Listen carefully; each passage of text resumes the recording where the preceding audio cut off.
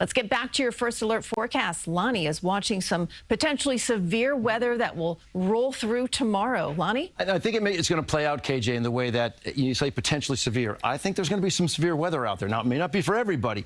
Pinpointing exactly where that's going to fall is a tricky thing to do. So let me show you how we see things currently. It's great. I mean, it's pleasantly warm. You're 75 at 11:18 at night. You maxed out today at 82. Back to the lower 80s. Warmer still tomorrow. It's 85, but tomorrow. It's not the morning hours. Second half of your day is when the risk for severe weather is there as the front rolls through. We know the front's going through because the temperatures drop by about 15 degrees on Sunday. But let's start talking about this severe weather. How does it play out? Let's put it into motion. Here we go. This is Saturday, 1 o'clock. So 1 o'clock, it's sort of scattered out there, but it's setting up. And again, the light green is nothing to worry about. Where you see the flashes of the red, even maybe some of that orange, it could potentially be severe weather. So that's what we see at 1 p.m. Now, watch this corridor right here, almost like that I-95 corridor. Watch how this plays out. It kind of stays sort of right in that corridor until 2:30.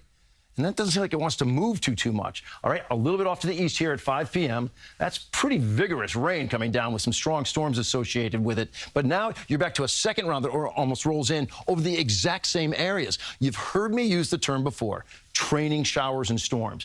When they go over the same spots, hour after hour, you're going to get big rain totals, smaller rain totals, obviously, where it's not going. So pinpointing this line is going to be the tricky part. We really believe it will be setting up like this. It may be a little bit more north. I don't think it's going too much. I don't think it would go too much farther south than what I just showed. But here's what we see by Sunday. Sunday, 1:30 in the morning. While the front is gone now, it's offshore, it has stalled, and we still have some residual moisture out there. So you deal with some clouds and a bit of rain on Sunday as well. By Sunday at 3 p.m., it starts to move out of the area. So again, a first alert weather day for the elements. Heavy rain, maybe 1 to 3 inches, damaging wind, some hail, isolated tornadoes. Let's talk the rainfall numbers.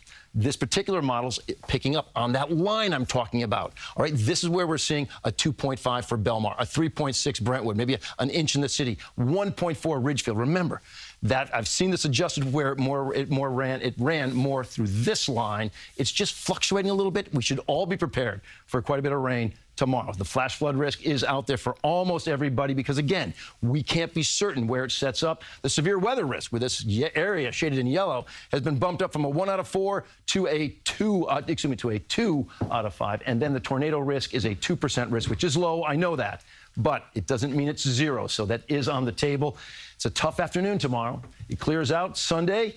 You're still left with some residual rain. It's not the severe stuff. You've got cloud cover. It's much cooler. Now it's 70 degrees. You're in the 70s as you push through right there, and all of next week looks to be just great. I want to quickly touch upon what's going on Sunday. It's the race for the cure, KJ. Central Park, opening ceremony at 9:15. The race will begin at 9:30. Unfortunately, it looks like there will be a few leftover showers out there, kind of breezy and cool at 65 for the start of the race. But I think the toughest time period is Saturday afternoon. Okay, It's going to be, I think, 1 p.m. to 7, maybe even 8 p.m. Okay, well, the race starts in the morning, so hopefully they'll have a clearing. There could potentially be that clearing out there. I think you've got to plan for a chance for a little bit of rain, but not the tough stuff. Not so bad. Thank you, Lonnie. Okay. And hey, speaking of the Komen race, this Sunday, our news director, Sarah Burke, will be co-captain of the Paramount CBS team at the race in Central Park. She, too, a cancer survivor. This starts, once again, just a reminder, 9:30, and we hope to see you there if you can make it.